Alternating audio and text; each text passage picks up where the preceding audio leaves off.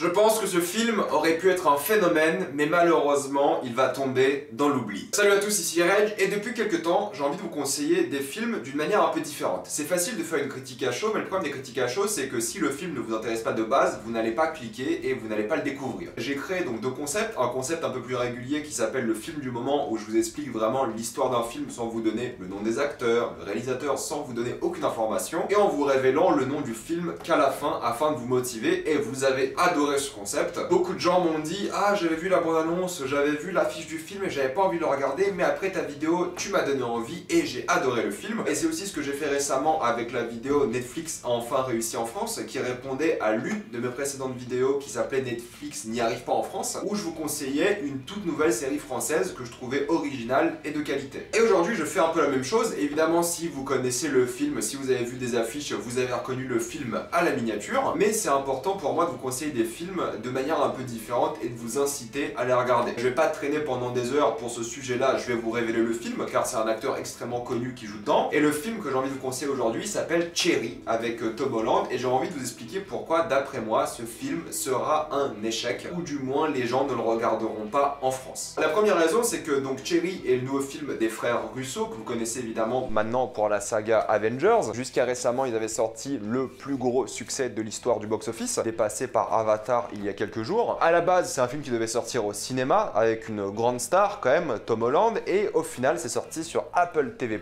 Et c'est tout simplement la raison pour laquelle je pense que ce film n'aura pas le succès qu'il mérite d'une certaine manière. C'est que c'est sorti sur Apple TV+, et je sais pas combien d'entre vous ont Apple TV+. Moi, je l'ai, ça me dérange pas, c'est d'une certaine manière mon travail de regarder des films et de vous en parler, donc payer 5 € par mois, c'est pas la pire chose possible pour moi, mais je peux comprendre que lorsque vous avez déjà plein d'abonnements à côté, avoir Apple TV+, c'est problématique. Surtout que soyons honnêtes, j'en avais parlé il y a pas longtemps, l'offre d'Apple TV+ n'est pas la plus variée et n'est pas la plus grande. La qualité est présente pour le coup, tout ce qu'ils ont produit et ce que j'ai vu est de qualité, il n'y a pas de doute là-dessus, mais c'est que niveau quantité, il n'y a pas grand-chose. Mais si vous voulez prendre un abonnement Apple TV+, je pense que vous pouvez saigner tout le contenu, et je dis bien tout le contenu, en 2 mois large, mais je parlerai bientôt des séries Apple sur la chaîne. Tout ça pour dire que je pense que ce film-là, avec un acteur comme Tom Holland au rôle principal, aurait cartonné sur Netflix. Ça aurait fait top 1 sans aucune hésitation, ou même sur Prime, je pense que ça aurait cartonné. Mais là, malheureusement, c'est que vu qu'on est sur Apple, et en France, on n'est pas encore habitué à Apple TV, contrairement aux États-Unis où ça devient de plus en plus populaire, en France, avoir Apple TV, c'est un peu plus compliqué. Pour vous dire, moi, sur ma télé, j'ai une télé LG OLED 4K qui a le logiciel LG OLED Smart, il me semble, où l'application est disponible. Mais j'utilise aussi un Chromecast pour plein de raisons différentes, et sur le Chromecast, j'ai pas l'application Apple TV. Et pareil, j'ai pas d'iPhone, du coup, je peux pas regarder du contenu Apple sur mon téléphone. C'est ou sur PC ou sur l'application LG de ma télé. Donc si vous n'avez pas une application Smart TV, vous pouvez même pas regarder sur votre télévision. Ou alors vous pouvez diffuser depuis votre PC avec un Chromecast, mais la qualité sera pas la même que directement depuis l'application télé. Et je vous le dis tout de suite, hein, je pense pas que ce film est incroyable, excellent, mais en vrai, si j'ai envie de vous conseiller aujourd'hui, c'est que je l'ai bien aimé et je vais vous en faire la critique. Je précise évidemment qu'il n'y aura pas de spoiler dans cette vidéo. Cherry est l'histoire d'un jeune étudiant qui ne sait pas trop quoi faire de sa vie, du coup il va décider de rejoindre l'armée. Il va vivre des expériences traumatiques en Irak et va revenir de cette région avec le stress post-traumatique. Il va devoir gérer donc son traumatisme et aussi sa nouvelle vie. C'est simple, dit comme ça comme histoire, on l'a vraiment vu plein de fois, il n'y a rien vraiment d'original dans cette œuvre, c'est le cas. Mais écoutez, moi j'ai passé un vrai plaisir à la regarder pour plein de raisons différentes. Comparé à beaucoup de films de guerre, là on part déjà avec un personnage qui est dépressif, qui est triste, qui ne sait pas vraiment quoi faire de sa vie, qui est complètement perdu et qui n'aime pas la vie. Il y a une phrase qui revient souvent, c'est qu'il dit qu'il ne veut pas faire tout ça étant la société. Ce film est fait en 3 parties différentes. Il y aura une première partie qui est lui qui essaie de trouver un peu un but à sa vie, mais il n'y arrive pas. C'est là qu'il va tomber amoureux d'une femme qui va lui donner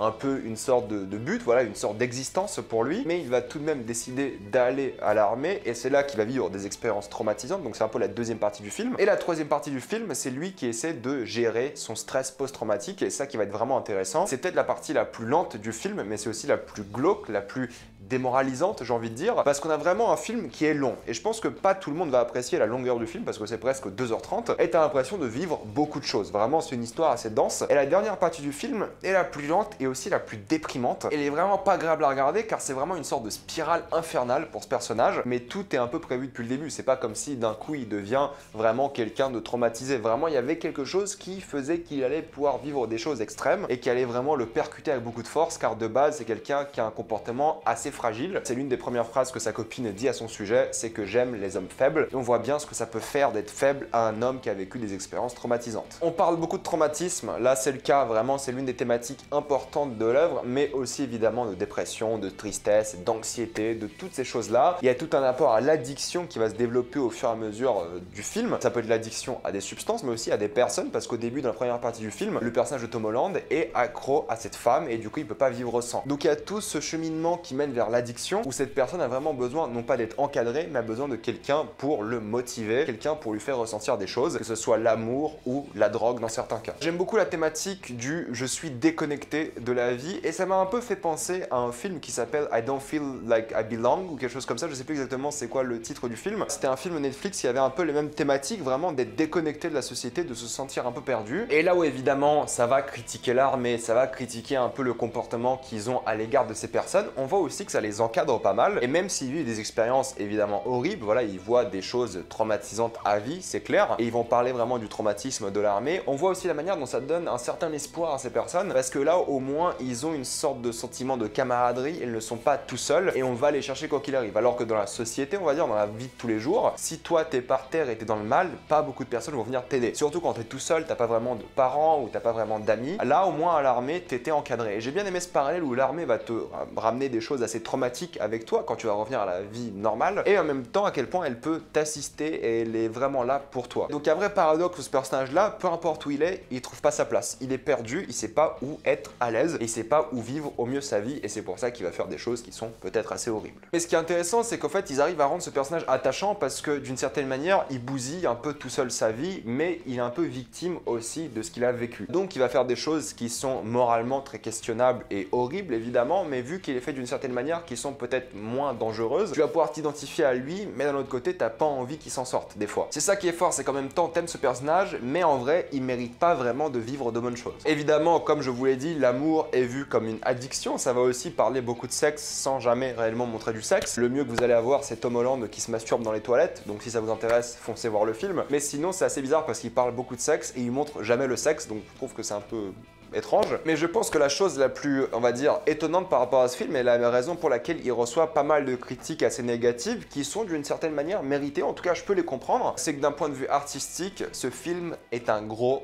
bordel. Donc c'est évidemment les frères Russo qui réalisent, et moi je trouve que ce sont des bons réalisateurs. C'est pas les réalisateurs qui ont une patte artistique la plus prononcée, c'est pas des réalisateurs qui sont les plus, on va dire, originaux, non, c'est juste des réalisateurs efficaces qui font bien le taf. Et là ils font bien le taf, mais je crois qu'artistiquement ils sont complètement perdus. Ils ont pété un câble. Je vous ai fait la liste des effets de style qui reviennent le plus souvent dans le film, et vous allez voir à quel point c'est un bordel. Donc il y a beaucoup de slow motion, bon ça à la limite c'est pas très grave, c'est un film, c'est pas étonnant, mais il y en a beaucoup. Il y a beaucoup de bullet time, vous savez, l'effet à la Matrix où justement il y a plein d'appareils photo qui prennent en photo la même scène et on va d'image en image. Ça fait un effet comme si la caméra allait super vite. Il l'utilise quelques fois. Il y a le format qui change sans raison. Voilà, quand on est à l'armée, bah, le format d'image change. On n'est plus en 16/9 ou même en 21/9, je sais plus, mais le format change. Des fois il y a des scènes en noir et blanc.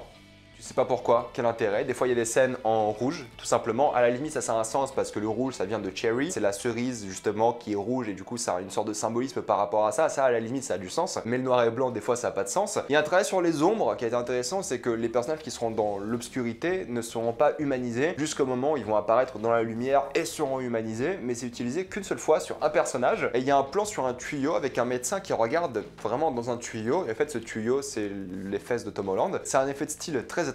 Il y a beaucoup de flashbacks, il y a beaucoup de scènes où c'est flou, voilà, pour expliquer peut-être que le personnage est défoncé, pour expliquer qu'il est traumatisé. Il y a du texte qui apparaît à l'écran, des fois sans raison, il y a des fois beaucoup de texte, des fois pas du tout. Il y a du split screen, on va montrer deux personnages différents au même moment pour montrer vraiment le parallèle entre les deux. Il y a un plan séquence, il y a un plan zénital, il y a un fantasme érotique qui sort de nulle part mais qui est encore une fois très allégé, voilà, on voit pas grand chose, on voit quasiment rien même. Et il y a beaucoup de slow motion avec de la musique classique, ça fait un peu très pompeux parce que ça donne une sorte de, voilà, d'importance à une scène, ça marche bien, mais ça fait un peu pompeux. Et le truc le plus dingue, qui n'a pas de sens, c'est que des fois le personnage principal brise le quatrième mur sans raison. Au début tu dis ah il commence à briser le quatrième mur parce qu'on est au début du film qui est au fait la fin du film, donc il y a une sorte de connexion avec le téléspectateur, mais jamais on a de nouveau ce quatrième mur qui est brisé. Donc il y a tellement d'effets de style différents et je pense que c'est pour ça que le film se prend des mauvaises critiques, c'est qu'ils sont utilisés à chaque fois une fois ou des fois deux, allez, et reviennent jamais. Et des fois, ils sont utilisés juste pour des raisons stylistiques et non pas thématiques. Normalement, la mise en scène et les effets de style sont là pour, on va dire, amplifier les émotions des personnages, le ressenti des spectateurs. Et là, honnêtement, t'as des effets de style où tu dis pourquoi. Et c'est pour ça que je pense que le film se fait un peu défoncer, c'est que c'est un gros patchwork, on va dire, d'effets de style qui font des fois un peu pompeux, qui ressemblent un peu à rien et qui ne veulent souvent rien dire. Avec un peu de recul, je trouve que le film, stylistiquement, c'est un gros bordel, mais honnêtement, j'ai apprécié l'offre du film. Dans le sens où voir tous ces effets style présentés un par un, mais sans aucune logique, ça m'a pas dérangé. Si le film aurait eu plus de cohérence de mise en scène et si le film aurait été mieux, on va dire, mise en scène tout simplement, je pense que ça aurait été un grand film. Parce que je trouve que le scénario se tient, je trouve que l'histoire est logique, les personnages ont une vraie évolution et l'histoire est vraiment thématiquement intéressante. On parle de vrais sujets, mais s'il y avait, on va dire, de meilleurs metteurs en scène, ou juste s'ils avaient fait ça de manière plus sobre, ça aurait été un grand film. Là, ça ne le sera pas, je pense, mais en vrai, c'est quand même assez dur de ne pas recommander. Parce qu'en fait, tu t'attaches aux personnages, clairement, t'aimes beaucoup leur évolution, t'aimes vraiment les suivre. Les acteurs principaux, surtout Tom Holland, sa meilleure performance de loin, et il me semble que j'ai vu presque tous les films de Tom Holland. On reparlera de Tom Holland dans une vidéo. Donc c'est de loin l'une de ses meilleures performances, et j'adore son travail. Et pareil pour l'actrice principale, que je ne connaissais pas avant, qui fait un travail phénoménal. Donc juste pour Tom Holland, je trouve que c'est un film qui mérite d'être vu. Et pareil, il y a de belles scènes de guerre qui ont été filmées, mais c'est dur de recommander pour les grands amoureux de cinéma, car objectivement, et avec du recul, je trouve pas que c'est un film incroyable. Mais en tant que, on va dire, fan de cinéma aussi de manière grand public, je pense que je conseillerais ce film à la majorité des gens. Parce que c'est une histoire simple et je pense que c'est une bonne porte d'entrée pour d'autres personnes de voir des films de guerre plus tard, et même de films qui parlent de traumatisme, je trouve que c'est très intéressant. Et le fait d'avoir une jeune star comme Tom Holland qui cartonne, en fait ça permettrait à plein de gens de découvrir un film qui, mine de rien, parle de thématiques sérieuses et dans lequel l'acteur principal est excellent. Pour conclure, c'est un film qui m'a honnêtement surpris et oui, je l'ai vraiment apprécié. J'ai aimé le fait que ce soit long, et c'est peut-être pas quelque chose que tout le monde va apprécier parce que c'est quand même 3 histoires assez complexes dans un film. C'est un long film et c'est vraiment l'aventure psychologique d'un personnage. J'ai beaucoup aimé la musique, j'ai beaucoup aimé certaines scènes du film. Il y a des scènes mémorables, je trouve, et j'ai beaucoup aimé un peu le message du film et sa conclusion. C'est loin d'être un film parfait, loin de là, mais honnêtement, je pense que si vous avez Apple TV+, vous devez le regarder, car c'est l'une des plus belles offres sur la plateforme. Bon, évidemment, il n'y a pas grand-chose, hein, mais d'après moi, c'est un film qui mérite d'être vu, et si vous aimez Tom Holland et si vous voulez le voir dans l'un de ses meilleurs rôles, si ce n'est pas son meilleur rôle, je ne peux que vous conseiller Cherry. Donc pour moi, j'ai un avis assez positif sur la chose et j'ai envie de vous le recommander. Voilà, mettez-moi dans les commentaires ce que vous pensez de Cherry. L'avez-vous vu? Avez-vous adoré ou détesté? Tout ça dans les commentaires. Pour plus de vidéos, pensez à vous abonner à la chaîne et mettez un j'aime sur cette vidéo et partagez-la, ça aide beaucoup la chaîne. Si vous aimez la chaîne, pensez à devenir membre soutien sur YouTube ou à faire un petit don sur Utip. Suivez-moi sur Instagram et sur Twitter pour des critiques exclusives et moi je vous dis à la prochaine fois. Salut à tous.